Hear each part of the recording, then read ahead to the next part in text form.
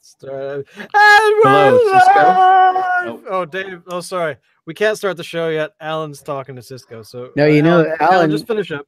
Alan, you forgot. Okay. So you forgot who the real culprit is here. What's that? Obama. Obama. Thanks, Obama. Is that joke even relevant anymore? Fucking A. More relevant than ever. More okay, all right. What was Trump's skin? That was like the weakest fucking- audience we've ever had. All right, fine. Wow. Welcome everybody to. Thank you. No, please sit down. Everyone, sit down. Studio audience, settle down. Welcome to what the heck episode 139. Holy Moses! Crafty boys. You know what's coming up? I don't know what's coming up. Our 143rd episode. Why is that significant? It isn't. I just thought I'd bring it up.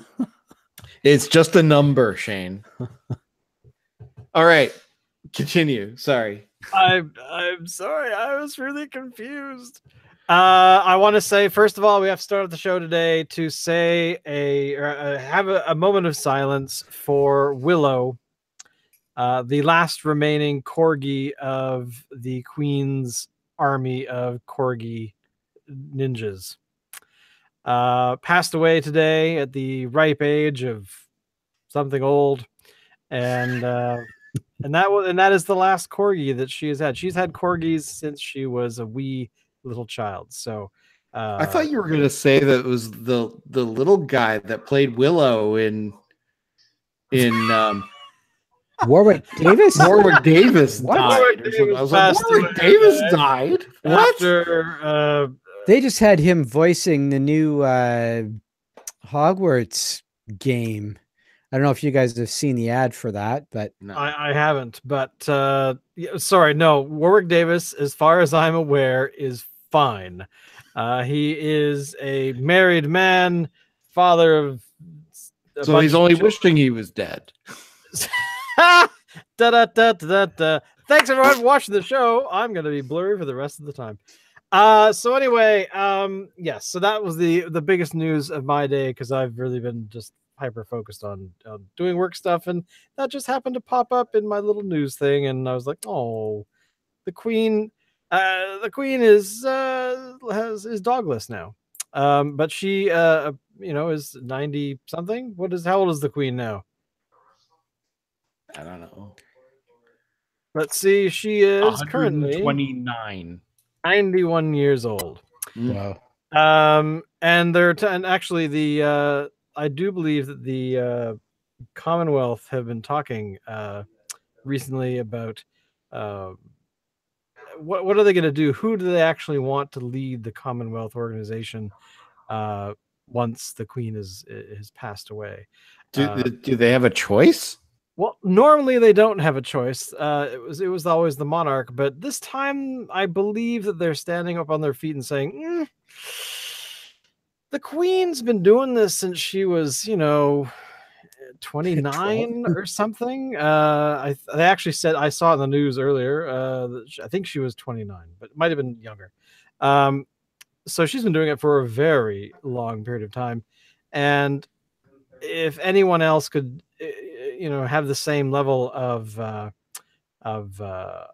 dedication to that organization, who would it be? And I think Philip, of course, has already been doing stuff, but I think they're looking to the younger generation to lead. So I don't know if any of them wants to be bothered. Not in the way she has. Well, I think the younger kids, I think it should be Trump. Yeah, I agree. Hey, Trump should take that responsibility. down. So my glass is empty here. This is a problem. So fill it up. Fill it up, man. Because what you don't have the right beer. Yeah, I know. Gee. Oh. So Dave, you picked the beer. Tell us what the beer is today, and then we'll make fun of Alan because he got something else. Okay. Well, Shane was kind enough this week to provide us with some very quaffable, as Locke would say, options. And out of those options, I decided to go for the Big Rock Midnight Rhapsody because it's got a fucking cool label. Let's see it. It's got a cool label. Show us the label, Dave. That is the label. All right. And what is it? It's a dark ale with fruit. Yes, indeed. A dark ale with fruit. The label is the. So I'm curious if that means that the fruit is added later. It is possible. I would say that is likely. There's my pour. Nice head on it. It's very dark, incredibly so. And hey, Peanut Gallery. There's beer being poured here for you. If you would like some. Dave, what's the IBU, International Beer Units, on this particular beer? The beer units on this particular beer are a mere 25. A mere 25 International Beer Units. No, take that So away, you could please. say it's quarter strength as far as the beer units. And the level of alcohol by volume. The alcohol by volume is Should be pretty 5.5. So it's 5.5. Pretty standard. fairly light. So first of all, let's all have a smell. Let's you and I have a smell. I do like the color. Oh my! Do you smell that? It smells like juice. It smells like juice. I love it. Really? It's like juice. Absolutely. What'd you say? The Peanut Gallery has stated that it is yummy. So Alan, what beer did you get today? Because you got something completely different because you couldn't find this Rhapsody Dark Rap. What's it called? I could not, what's in this beer? I could not find it. I looked at Liquor Plus, I looked at the BC liquor stores, and I looked at Cascadia, and it came up short each and every single time. I did, however, want to try to find something that was kind of in the same realm. So I've been seeing this for a while. I wanted to try it. It was a limited release, and I'm sure it's almost all gone now. So I mean, if you find it, you might want to grab it now. But it's from Vancouver Island Brewing, and it's their Orange Cherry Rye Ale.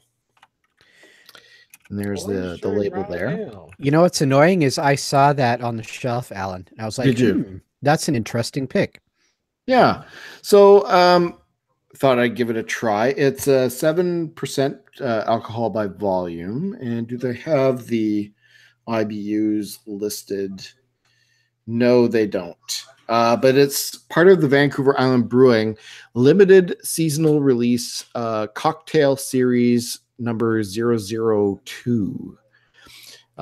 It's a Manhattan-inspired ale from one island to another. This hearty ale is our salute to the Manhattan cocktail, a comforting brew to hunker down with in your favorite lounge. Crafted with a splash of cherry, zesty orange peel, and fresh botanicals, best served neat beside an open fire. So I'm going to give this one a bit of a try. All right, let's hear it. So immediately on the nose, I get definitely a taste of cherry.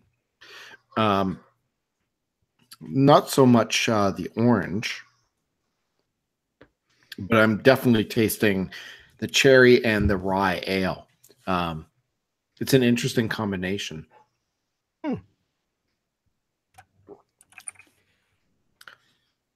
I don't know how eminently quaffable it is. It's not something that you're going to chug a lug. But it's a good tasting beer. I'm really liking it.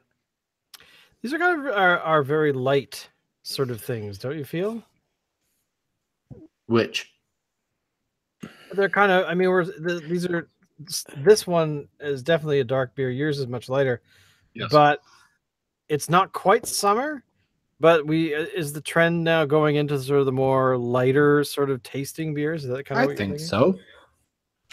Yeah, winter is sort of the time where you're going to find the stouts and the porters and all that kind of stuff. And even this has been out for at least a couple of months.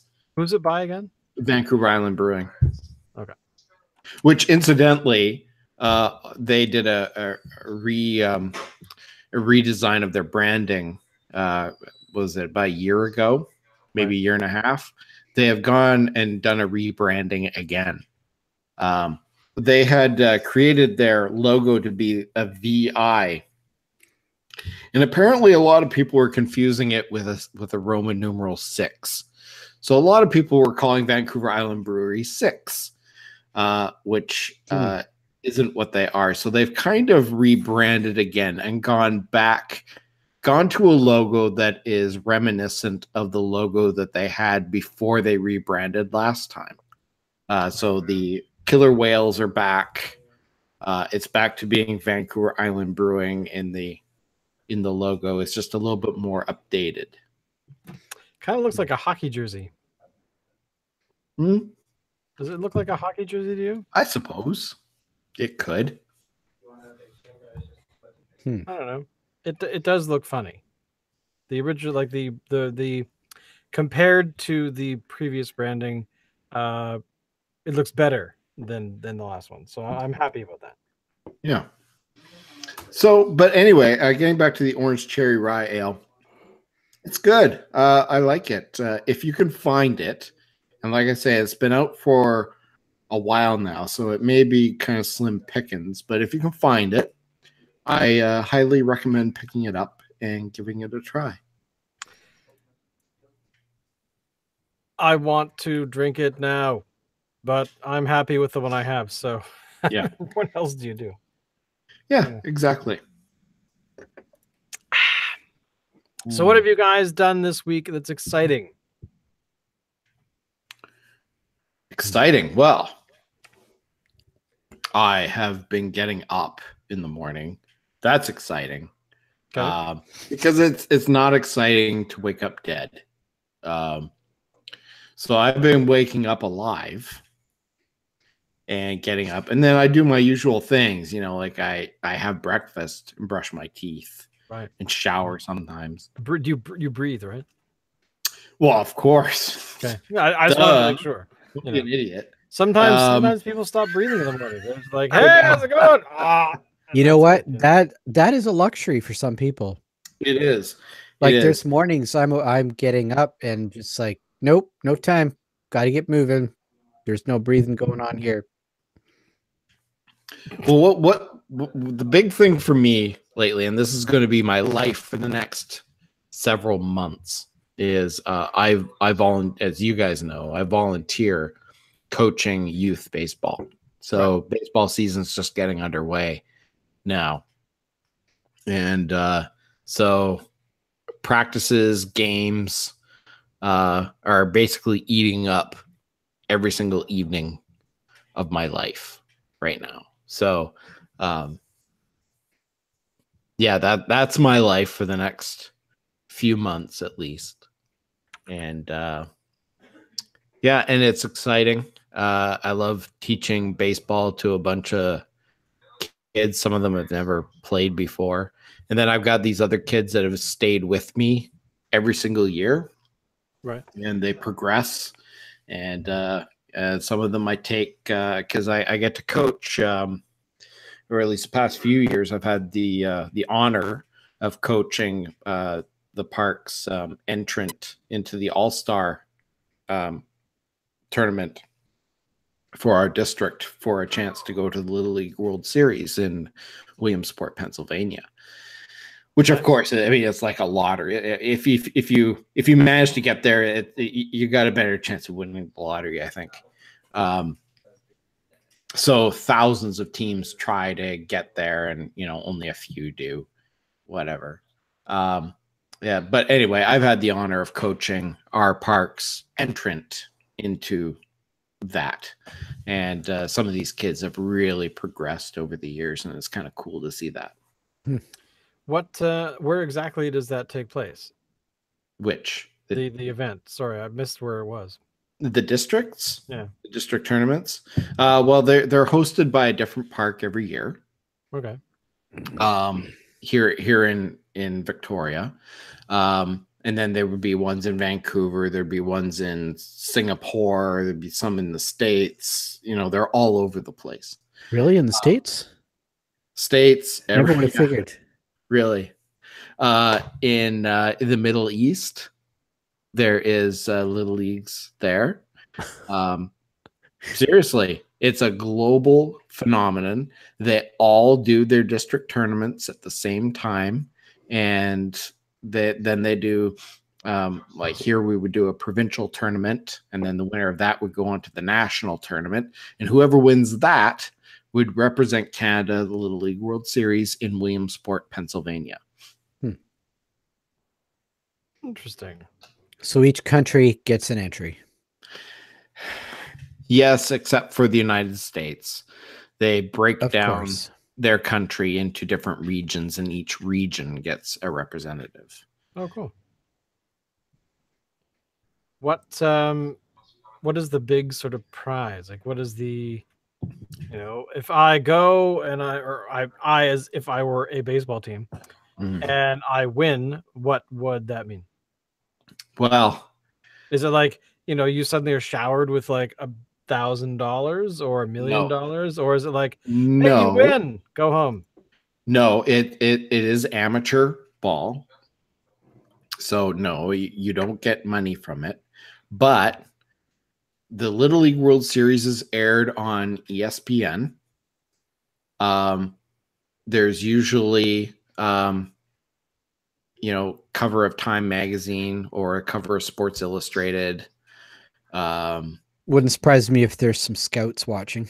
There usually is. There are players who have played in the Little League World Series who've gone on to play in Major League Baseball. Cool. But even the teams that lose, they still have that opportunity. But I mean, it's big business. And just a few years ago, there was a team that was in Chicago that made it quite far. They went to Little League World Series, and I think they made it into the semifinal or something like that, and then they got ousted. And it turns out that this was found out after any kind of awards that they received for that, they were stripped of, because the district, the people in charge of the district there had changed their park's boundaries to allow players from other districts to play within their park, but they didn't get the approval of the managers of those other parks. So basically it allowed them to cherry pick the best players from around their region so they could build a super team. There was another story, and this was several years ago. There was these bats that everybody used. They were very popular with the kids.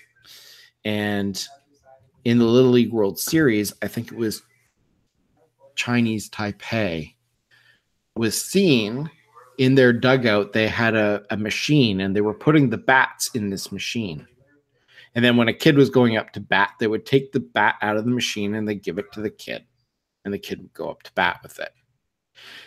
And everybody was going, what are they doing? Why are they doing that? And it was discovered after the tournament had ended that the Chinese Taipei, I think it was a Chinese Taipei team, had discovered that if you heat up the bats, you get more pop with them. Meaning the ball would come off the bat harder and faster and go further. So they were basically juicing the bats.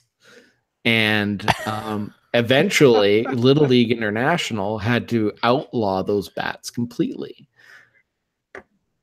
Because the whole idea for safety is they have these bats that kind of they retard the ball, so that pitchers who are children themselves don't get beamed on a comebacker from a batter, right? So, if the ball is hit back to the pitcher has time to react. Nice. Oh, is this softball or hardball, Alan? This is hardball. Yeah. Now, there is a Little League World Series for softball as well. But softball is exclusively for girls. Really? It Why? is. It's the way it always has been. Baseball, hardball is co-ed. It's mostly boys, but there are girls who play. Right. But softball, if a boy wanted to play softball, they wouldn't be allowed. I wonder why. It's kind of weird. Well, whatever. Excuse me. Yeah. Well, that's too bad. Well, that's the world of Little League baseball. I feel like I have learned a lot about baseball because, quite honestly, I don't remember the last time I really watched a baseball game. I believe that I've You used to watched play on hockey. it, right? I played baseball until I was about 16 or so. Whenever I aged out, essentially. From Alan, is it still the same way? Aging up, well, Like when you yes hit and no. 16, you kind of age out of the whatnot? No, things have changed here in BC. So you probably played something called Babe Ruth when you were finished Little League, Sure. right? I don't recall, but So it was called a Babe Ruth League, and the Babe Ruth League still exists, but it doesn't here in BC because it's been replaced by an organization called BC Minor Baseball, which goes up until age 18. Okay. And this is a separate organization. So once you're finished Little League, you would go, if you want to continue on in baseball, you would go to BC Minor and play either Pee-wee, Bantam, and then eventually Midget until you're 18. And then there's even an adult league that they run after that, which goes, I think, until you're age 24.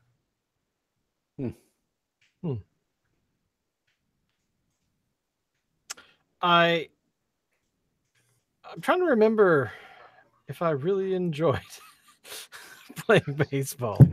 I didn't mind it. I don't know. I think I got bored of it after a while. Here's the thing with me. Yeah. I loved baseball, but I was horrible at it. Like, well, so was I. I mean, I was not. I remember one practice. My parents got me new cleats for that season. Like the practice was kind of at the beginning of the season, and I tied up the laces, but the laces were a bit too long, so I tied them up like a couple of times in like a double knot or a triple knot. But at one point they must have come undone a bit because I started running to field a ball. Like we're doing drills, like we're all in a line and we were running at the ball and then tossing it back and the next person would go. And I ran about 3 steps and then I felt my cleat on my right foot just stop. Like the entire foot just stopped going. So I just face planted into the ground. And I thought, the hell? And of course everyone laughed, right? Because, you're what, 14, 15 years old. But it was kind of, I always remember that because I thought, I really don't like, I like baseball, but I don't like it that much, at that age. It's probably different for me as an adult, but definitely then I thought it was a bit unfortunate. I probably played against you. It's possible. I think I played until I was 16. I bet you I did. Because you were at Leyritz, weren't you? Yeah, we were at Leyritz Park. Yes, so was I. Trying to remember the well, I mean, you're about the same age as me. We must have played against each other. I don't think we ever played with each other. I don't think so either. I was trying to remember the teams. That would be weird. No, I was trying to remember if I actually like what the team's name was. Like I don't recall what my team's names were. What age did you start at? Oh, I went from T-ball all the way up. Okay, so I started in minors. Okay. So I was on the Victoria Automatic Transmission team. I think I was on Glen Oak Ford. You were on Glen Oak Ford. Which was the red team? It was white with red pinstripes. Was it? I don't remember the pinstripes. Victoria automatic transmission was red. Huh. I don't recall, to be honest. Yes. I remember the hat was red. Glen Oak Ford did have the white. Oh, no, wait. It was actually blue at some point, wasn't it? It might have changed at some point. There was Sun Life. Right, I remember Sun Life. They were green. They were green. I'm pretty sure they were green. There was the Royal Oak Golf. No, the Royal Oak Inn. Right, Royal Oak Inn. Yes, I remember that. What about Dairy Queen? They've got a team. Maybe it wasn't. No, there was no Dairy Queen. I don't know. About. And for the older kids, there was Payless Gas. There was the Saanich Lions. Right. Yeah, I'm kind of drawing a blank on the rest. I can't think of where else. God, it's been so long. Yeah, I totally played against you. And it would have been anyway. I was the kid that was out in right field because that's where I could do the least amount of damage to my team. For the longest time, I played shortstop, and second base. But then, as I got older, and actually, I probably just started losing interest. I was put out in the outfield at some point, but I was put out in left field. So I could catch. I mean, that was kind of a nice thing. But overall, yeah, I don't know. It was just kind of fun. I gotta say, I didn't love it, but I didn't hate it either. Yeah. Anyway, Dave? Did you play any sports like that, like baseball growing up, or? Yeah, I played baseball for a few years. What did you play? Well, there was out in my neck of the woods, almost literally. There was a team out here for a number of years. I don't know if it's still around. So I played on that for a few years with a friend of mine that was involved as well. And then I remember going into town and I think playing 1 year, and I was not a fan of my teammates. So that was, I think, the end of that.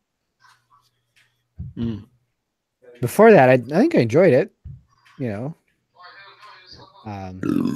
Excuse me. Yeah, it's fun to play. But for some reason, was not a fan of the townies. So No, how come? that didn't last long. I think it's the usual kind of, Was this up island there? Yeah. So I found something that interesting as my kids have gotten older and they've started playing teams from, across around Vancouver Island and even on the mainland. I found something that the teams from smaller towns tend to be, I don't want to offend anybody, but tend to be a little bit more lowbrow. What do you mean? What I mean by that is, they tend to think that there's a lot on the line in a youth game. They chirp more. It means so much more to them than it does to everybody else for some reason. I don't know why that is. But I found that playing against teams from smaller towns, that the whole sportsmanship thing is not as high, which is interesting, I guess. Would you agree with that, Dave? Honestly, I have no way to answer that because my only experience was dealing with the townies that we were playing with, and I was not a fan of them. Well, Yeah. can you clarify for me what a townie is? Somebody who lives in town. What You two are town? townies. Okay, just To put what? this into perspective, you and Alan are townies. So okay, so where you grew up, there's no towns. No, where I grew up, there are towns, and there is the country. Okay. I grew up in the country, out of town. He grew up in the country making like moonshine Yeah, and everything and driving around in his orange car and you know, from the cops and everything, and yeah. going to the farm there with Uncle Jesse and Daisy, and Got our own boss hog and everything, man. yeah. When you're being chased by the cops, do you like stick in like an 8-track tape of like, you know, like bluegrass music or anything? Bluegrass? What kind of horse shit you talking about, son? We're all about the Alabama here. Oh, okay. All right.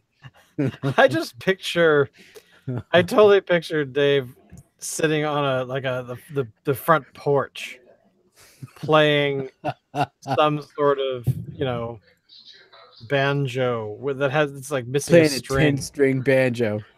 Yeah, I picture that just because He's got no shirt on, but he's wearing overalls. But one of the overall things straps is undone. down. Exactly. Yeah, that He's got the exactly. straw hat on. He's got a piece of like grass sticking out of his mouth. Hey, what are you doing over there? We're stealing your car. No, you ain't. I Pulls know, out a Hick, man. I got both of my straps on. We're gonna get him. You. Well, you know what's funny is I would still talk about going into town when I was living down in Victoria. And my ex would always give me shit about it because she said, "You're not going into town, you're in town." You're already there. But I was always talking that way because I had very definite ideas about what in town was. So yeah, it's kind of funny, just sort of, you know, one of them habits. Yeah. But yeah, there is definitely for us around here, and there still is. I mean, that's just the way it is around here. We got the towns and we got the not towns. So if you're going into town, you are. It's not like, you know, if you're living in fucking Colwood. In some parts of Colwood, yeah, you're going into town, but not necessarily, because you might be living in Colwood proper and then you're not, you know. Right. So Okay, fair it's enough. a different way of thinking. Sure. That's all. But yeah, you can kind of see some of that country versus city differences, you know. And that could, getting back to sort of what I was talking to you guys about before, with, you know, like my experiences in baseball when a Victoria team goes and plays against like Campbell River, you know, all hell breaks loose because Campball River is That's because Campbell River. Is that because of Campbell River? Well, That's because Campbell River. Actually, it's the worst games I've ever seen were against Ladysmith, where all they do is chirp and act horribly. It was so weird. Huh. Yeah, it wouldn't surprise me for Campbell River to be a bunch of dicks. That's for sure. Is this kind of one of those? What was it in Corner Gas? Whenever they talked about the neighboring town, Woolerton, they would spit after saying it. Is that what it's like down there? It's like Campbell River. Oh no.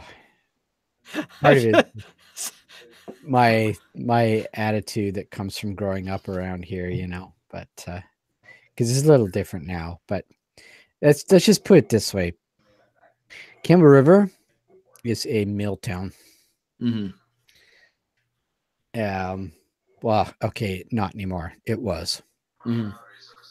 So Now it's a fishing town. barely. Barely, okay.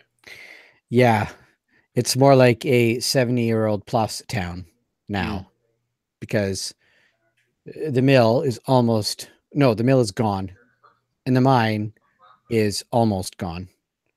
Fishing, well, that ain't much better. Mm.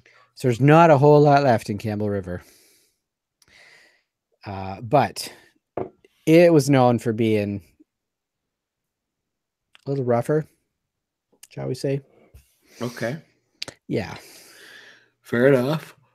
So basically, Dave, what you're saying is that you're a hick. Is that kind of what you're going for, or? Yes. Well, that's the way townies talk.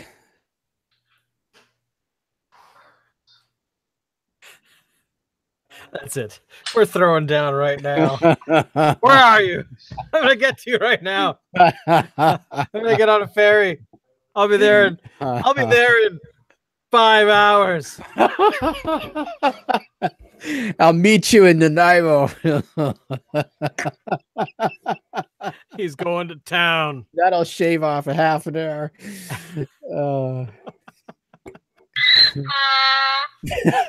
Wow. Wow. Now that we've insulted anyone who lives in a city and or not in a city. Oh my god. That is awesome. What about have you guys been watching hockey at all? A little bit, not a lot. So the big thing for me is the Las Vegas Golden Knights. Now we've talked about them a little bit. Yeah. They're an expansion team. They're basically made up of everybody else's spare parts that they didn't want. So this is like they're doing well. Imagine going around, like say you're going to buy a brand new house and you're asking all of your, like you got no furniture or anything, and you're asking everybody else to give you one thing that they don't want. So somebody gives you like a can of Spam that's been sitting in their cupboard since 1975. They give that to you. This is what the Las Vegas Golden Knights are. Not only did they have a winning season, not only did they make it to the playoffs in their first season, which is like almost impossible for an expansion team to do, they swept the Los Angeles Kings in 4 games and have gone on to the second round. I mean, this is incredible. Wow.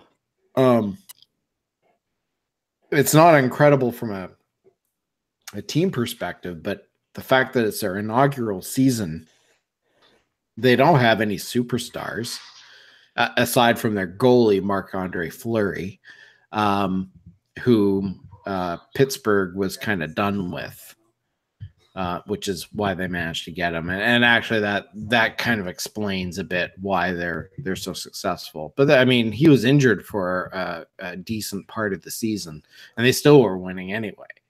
So, but yeah, I mean, this is unprecedented in sports. Teams that are expansion teams that have the rosters that they have don't have seasons like this. I did watch, was it 1 game or 2 games this weekend? Who did I watch this weekend? I watched the Knights play the Sharks. But who else did I watch this weekend? The LA Kings. Who are the Kings playing? No, the Kings were playing against the Golden Knights. So who? The Sharks are playing against. Who are the Sharks? I'm getting them all mixed up then. Yeah, I don't remember who the Sharks are playing against. But in either case, the Sharks were kicking ass. Not the Sharks. The Knights were kicking ass. So that was not to them. Yeah. Yeah. I mean, I enjoyed it. I was surprised at the I don't know, just the constant action. Like the games were, you know, they Well, were it's the playoffs. They were well. This is what I'm saying. Like I watched a game a couple months ago, and it was kind of lame. But the games this weekend, I gotta say, and the fighting was, how shall I say, exuberant. There were not a lot of penalties. That was the one thing I was noticing, that the penalties weren't being called, like really obvious ones. You know, which I guess is a playoff thing, or is that just me? Sorry, what was this? That a lot of the obvious penalties were not being called. Yes, that is a playoff thing. Yeah, so I found that a bit annoying because there was a high stick to the face at some point, and the guy went down. He got pulled off. He was bleeding, but there was no penalty. It was weird.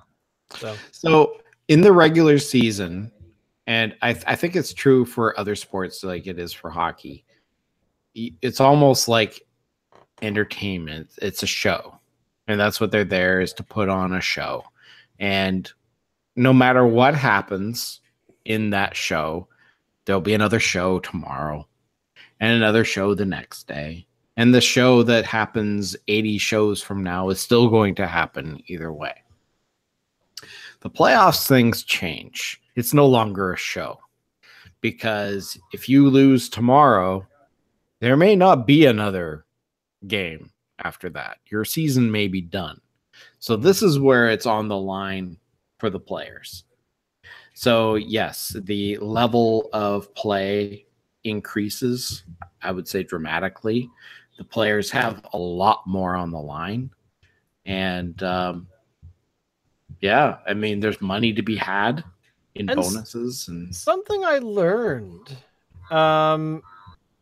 is the players get paid up until the end of the regular season, and then they get bonuses after that. So they're playing for like a lot less money during the playoffs. Mm-hmm. I just thought that was a little weird. I was like, really? Their contract covers the regular season, so they get paid. So say Sidney Crosby, I can't even remember what he's making, but let's just say it's $10 million a season. He makes that $10 million whether the Penguins make the playoffs or not. Right. So once the playoffs come, he's earned his $10 million. The playoffs are for him. It is like a bonus. It's a chance for him to get his name etched on the Stanley Cup, which few have had that honor. Incidentally, Sidney Crosby's already had his name etched on the cup a few times, but yeah. So, but there can be bonuses that can be in their contract, which would be enacted if they happen to win the Stanley Cup or whatever. Not only that, they could get endorsements from companies, he won the Stanley Cup, so he's got like a commercial with Pepsi or something, I drink Pepsi. I'm a Stanley Cup winner and I drink Pepsi. So you're saying that they basically cover their time at the during the playoffs to not have to. I don't know. I guess I'm just trying to. I guess it doesn't really matter, but I thought it was a bit strange that they got paid that way. I'd never heard that before. Not that I ever really cared, but somebody was talking about it. I'm like, really? Wow, that's. Well, I think it's like that in all sports. Is it really like baseball the same way and cricket? Yeah. cricket and pro darts and Cricket's a game I would be interested in learning a bit more about because it sounds pretty intense. I watched a cricket Rules game wise. on Sportsnet one time and I was completely lost. Yeah, Like, apparently I the had rules are no idea what was- pretty intense for that game. There is a thing about cricket where the rules change. Huh? Have you ever read about this at all? Where sometimes the rules actually change? Dude, I I know nothing about the sport other than you use a bat and you want to keep the ball off the wicket. Well, supposedly there is this thing where the rules are flexible, and they do change like constantly. They're so complex that sometimes you can change the rules and no one notices. Whoa. So I don't know. I just am. Yeah, I'm kind of curious how. I don't know. I'm not sure how somebody gets into cricket to understand all the rules all the time. Like hockey's pretty straightforward. The rules change, every so often in meaningful ways. But I don't know. The rest of it, I'm kind of. Is it really something important that I really need to do? But I don't know. I don't know. Anyway, nothing terribly exciting. Just I've often wondered how do you get into a sport that always apparently changes? Changes. I don't know. Well, apparently, from what I understand, anyways, in India, cricket is their baseball, their football. Like those guys that play are freaking rock stars. Yeah. Over there. There was a movie that was out several years ago now called $1 Million Arm. And it's a true story about a baseball or sports agent who decided to create a reality TV show in India looking to bring in cricket players and turn them into Major League Baseball pitchers. Really? Oh, really? Yeah, it's a really good movie. I highly recommend picking it up. $1 Million Arm. But anyway, so this guy from the States, he goes to India and he's holding all these auditions and everything with supposedly cricket players. He thinks that they're all cricket players, but then, all the Indian guys are all talking to themselves. He goes, they're supposed to be looking for cricket players. He goes, do you play cricket? No, I don't play cricket. It's like, do you play cricket? No, I hate cricket. Why do people play cricket? Like, I mean, this is just lame. But I think the two are so completely different that it really doesn't matter if you can bowl or not. It doesn't mean you're going to be able to pitch. Yeah. I don't know, but it seems to me like bowling is so completely different from pitching that the skills wouldn't necessarily translate. I don't know. But interesting. I don't want to give away the ending of the movie, but I'm going to. But it is based on a true story, and in real life, the first two contestants for it did end up getting turned into Major League pitchers and signed contracts with Major League Baseball clubs. Wow, really? Yeah. Huh. Would that not be just like the wildest thing that could happen in your life? If you're Indian, like think about it. Yeah. You're pitching in the States. Just be weird. Now, I don't know if any of them actually, they pitched in Major League Baseball organizations. I don't know if they actually made it to the big leagues, like they may have stayed in AAA or AA or something like that. I don't know. But one of them, it was probably about 10 years ago, I guess. And one of them, I guess, has recently signed a contract with the World Wrestling Entertainment to be a wrestler. Interestingly. That's kind of funny. Well, Which reminds me, speaking of World Wrestling, have you guys noticed that there is an Andre the Giant? Yes. And have you watched the trailer? What do you think? I'm I kind have of not excited watched by the it. trailer. I've seen a bit of the trailer. It looks interesting. Yeah. I think I'll watch it. I definitely want to check it out. I think the rumor is it's coming to Netflix at some point. But yeah, I don't know. I'm kind of excited by it. So I have not heard about this. Is biopic, I'm assuming. it's not really a biopic. It's a documentary. So it talks about I don't know. It's got like a lot of wrestlers talking about it, talking about him. A lot of people in film. But not just wrestlers. It's It's got like Billy Crystal and like people from The Princess Bride that worked with him. Because I think that was kind of one of the few instances where people got to see him as not a wrestling persona. Was in The Princess Bride. And you got to remember that was at a time when, I think a lot of people knew that wrestling was fake, but nobody had actually come out yet and said, yes, wrestling is fake. So there was still that little bit of doubt in the back of your head. Well, maybe it's real. Maybe it's real. Maybe it's just rumors that it's fake. So, and it was kind of cool to see it because Andre the Giant at the time was a heel in wrestling.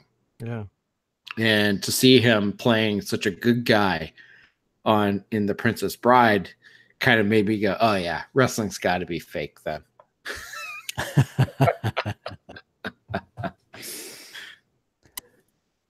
But yeah, I'll totally check that out. There was a couple weeks ago, I was at my brother-in-law's for dinner, and his kid was watching WrestleMania. They don't even bother to number these things now. Oh, they don't? They just kind of like... No. I think the number is so high now. I think they're in the 30s somewhere or 40s. Googling.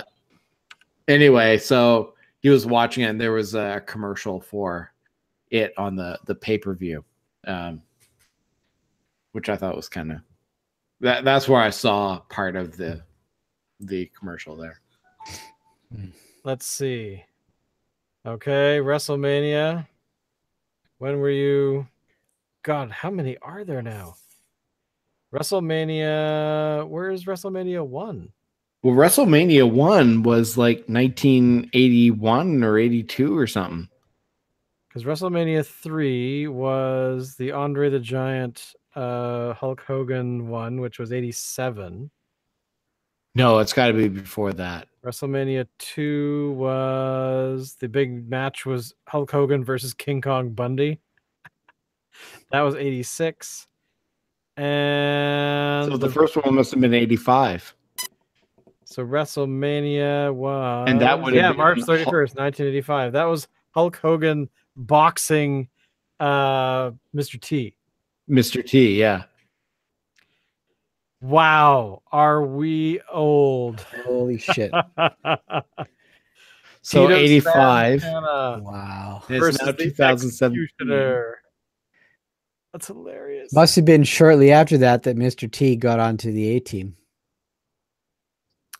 Oh my God, when was the A-Team? Because the A-Team was around that time. Googling. The team started in 83. So he was already... Oh, geez, he's already in 83, 87. So he was like in the second or third season at that point. The poster, when was Rocky 2?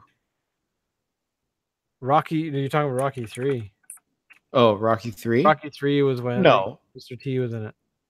Really? I'm pretty sure. Oh, yeah, you're right. Okay, I'm actually looking. I don't actually know. What's your prediction for the fight tonight? Clever Lang. Pain.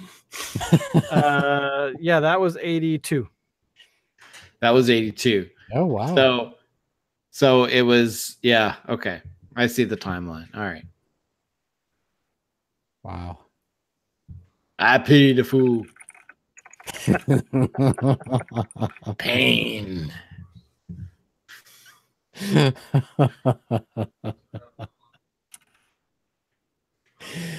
know what? And that's one of the greatest characters in a movie is Clubber Lang. Clubber Lang. Now Don't you think? He killed Burgess Meredith's character, and he also killed. Did he kill Apollo Creed? No. That was a Russian. Was it the Russian? But Yeah. he beat Apollo Creed though. No, I'm trying to remember. I don't recall. no. Apollo Creed was retired. He had beaten Rocky, and then Rocky wanted a rematch, and he had a rematch with Rocky because he beat Rocky because the manager Burgess Meredith had died while the match was going on. I'm trying to figure out if so he underdog. Underdog. So Clubber Lang, underdog challenger who beats Rocky in a championship fight amidst the unexpected death of Mickey. The public's general dislike and lack of respect for him as the heavyweight champion of the world leads to a rematch with Rocky. Blah blah blah blah blah blah. I can't. There's not a whole lot of other information. Kind of. Damn, I really. Oh, I want to watch all these movies again. You know what? You know what's really sad though? I have a confession about Rocky. I have never seen Rocky 4. Really? I've never seen the one with the Russian. Oh well, yeah. Rocky 4. You know what? I've seen Rocky 5. Rocky 4 is more comical than anything else, only because you got to remember when it came out, mid 80s, like I think it was like 1986 or 87 or something like that. And in the Rocky's house, they have a robot in it, and the robot is so 80s looking and not real. What does the robot do? Well, the robot has a lot of flashing lights, and it talks, and it's completely it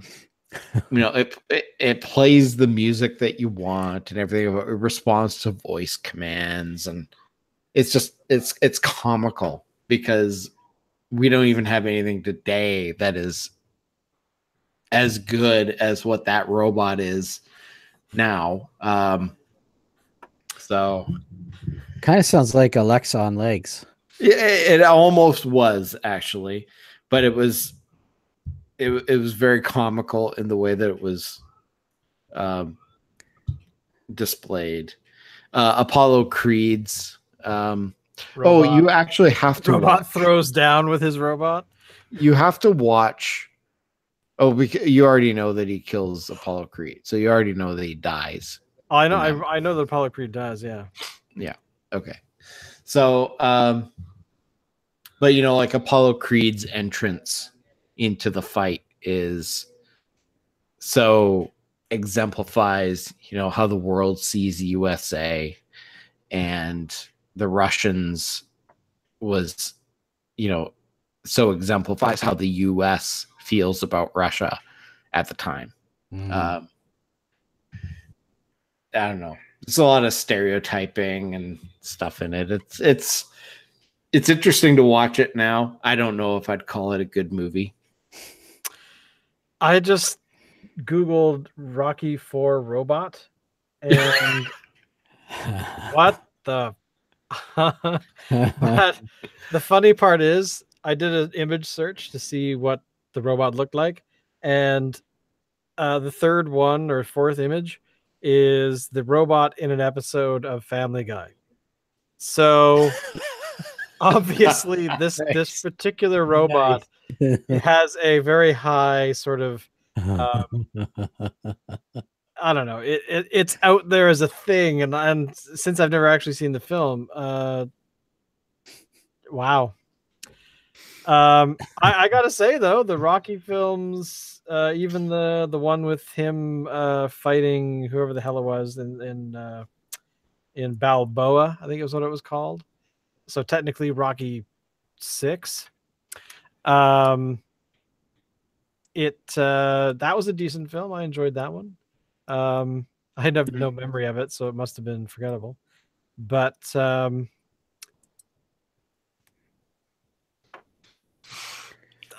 gotta say, I'm glad. Came out last year was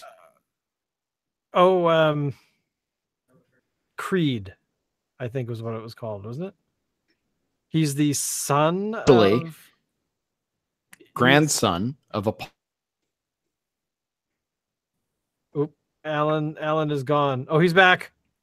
He's the grandson of Apollo Creed. Okay, because I was thinking that the son character would have been like, at least 50 by the time. Yeah. It's the grandson of Apollo Creed. That's amazing. And he wants Rocky to be his coach or trainer or whatever. So I picture him throwing a chicken on the ground and screaming, "Catch it! Catch it! Come on, catch it!" Rocky, you're such a loser, Rocky. Come on, catch the chicken. Come on, catch. You can't even catch a chicken. How are you gonna beat someone in the ring? That was my Burgess Meredith. Thank you very much.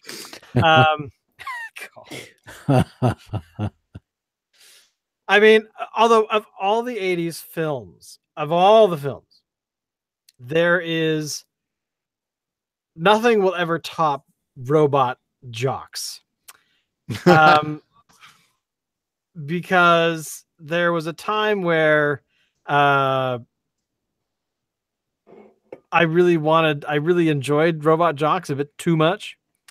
I'm gonna get in this thing and I'm going to kick your ass. But now that I've thought of Rocky 4 and the robot, because Robot Jocks actually came out in the early 90s, I seem to remember. I think so. Asking very early 90s. It may have even been late 80s. It was 1990, so it was right on the cusp. And apparently there was a sequel. Really? Which eventually became... Oh, well, there you go. So apparently it inspired the film's Pacific Rim. Because there's nothing greater than watching a very tall metal robot beat the crap out of a very tall organic creature from hell, and then to have it turn around and beat the crap out of the robot. So, what more do you need in a film like that? I mean, when you really think about it, all you really want is just to watch these things beat the hell out of each other. So, I might be making myself look old, but Pacific Rim mystifies me. How come? I just can't get why it's popular. Because it's very large robots beating the crap out of very large alien creatures from another dimension. What more do you need to know? I mean, it's like watching. It would be like going, how come King Kong isn't reciting quotes from Shakespeare? Like, that's just, no one wants to see that. You want to see a large ape running amok, batting things out of the sky. I mean, why the hell? To be honest, the only reason that the film Rampage, which I think is in theaters at the moment, with the Dwayne the Rock guy running around defending or beating, I don't know, what is it? I don't know what he does, but that is based on like a very old video game from the arcades. So either Hollywood is so incredibly lost about what to do in order to make money, or somebody said, Pacific Rim really did kind of good. So why don't we have another movie with some monsters people might recognize? What are you doing, kid? What are you playing there? Is that a retro game? What are those things? 3 animals? What's that? A wolf and a gorilla? And what's that thing in the middle? Oh, it's a lizard. All right. Let's make that into a movie. Like, hey, screenwriter X, take that game and turn it into something where it's a large creature running around a city beating the crap out of people. What do you think? Okay. That was my favorite arcade game. I enjoyed it. Aside from the Star Wars Vector game, Rampage was my favorite. I plugged more quarters into that thing than, I don't know, other people, I guess. I plugged more quarters into that game than I played Donkey. Ooh, speaking of video games, did you hear the big news? No. This past week, the guy that held the highest score on Donkey Kong was stripped of all of his titles because they determined that he had lied because he had actually paid off the referees who are the ones that say, yes, this is indeed true. The Guinness Book of World Records goes, is this right? They're like, yeah, it is. So apparently he paid people off and basically made it so that people believed that his scores were legitimate, which they weren't. Apparently he played on an emulator, not a real arcade board, which is part of the requirements for the Guinness Book of World Records to say, yes, this is the thing. So the guy who was followed by a documentary crew, I don't know, 10 years ago or whatever long. You had people that did this documentary called I think the King of Quarters or something. Anyway, I've forgotten the title, but essentially they followed this guy around. He did his world record thing while being recorded, which is what you're supposed to do. And there was a lot of sort of discussion about whether or not the guy that actually held the record was indeed somebody who had earned it. And anyway, so that documentary kind of did this whole thing where people are like, well, maybe we should check the rules. So anyway, it took them a couple of years, but apparently, no, they're like, dude, sorry, no, you lied. So there you go. Speaking of video games in the arcade, that sprung into my mind. I can't remember when to file taxes properly, but I'll remember what the useless information is about Donkey Kong, credit owners. Are there even any owners. Donkey Kong cabinets still alive? Like, yes. Oh, there's tons. There's tons. Oh yeah, there is a. Do you know the Angry Video Game Nerd? Yeah, I heard of him. Not personally, but he did a video. I don't know, 4, 5, 6 months ago. Where he actually there's a supposedly fake video game that somehow was created by the CIA to program people to be murderers or something. That was the sort of the tinfoil hat thought about it. And so he did this video where he finds the video game in an old arcade refurbishment store. So but the thing was, he actually went to this place that I guess is quite famous, where it's like a huge warehouse filled with all these cabinets that people are fixing and buying and repairing and getting them going again, things like that. So yeah, it was kind of neat, man. I gotta say, it was pretty impressive. So there's a huge market in it, supposedly. So they're expensive. If you find a classic arcade cabinet, working, you're going to spend thousands of dollars. Oh, totally. Oh my God. Yeah, no, they're not cheap whatsoever. The one thing I was actually thinking about when every time I sort of think about video game cabinets is what video game cabinet I would want. If I had space for a video game cabinet, it fit perfectly where it was, and I would enjoy it immensely. I think I would pick the original Star Wars one. Mm-hmm. Probably what is that one called? The one you and I played it quite a bit, Rampart. Because that was just a blast. And what was the other one? The other one was what is it called? Dragon's Lair. No, Dragon. I don't know. I think I would probably go with. That's a good question. There was one that's on the tip of my tongue. What would you guys get if you actually had a cabinet? What would you get? Oh man, jeez, Oh man. I don't even It- know. I think if I had my choice, it would be the original Star Wars Vector one with the the special controller, Yeah. the yoke. But aside from that, I'd probably go with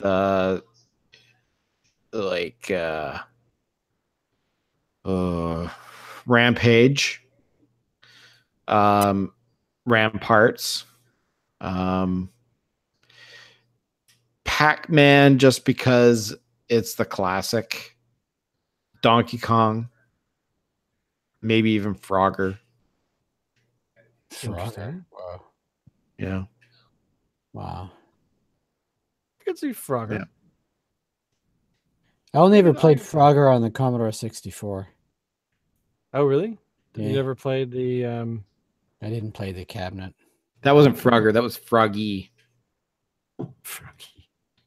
Uh, That was Commodore's lame version of Frogger.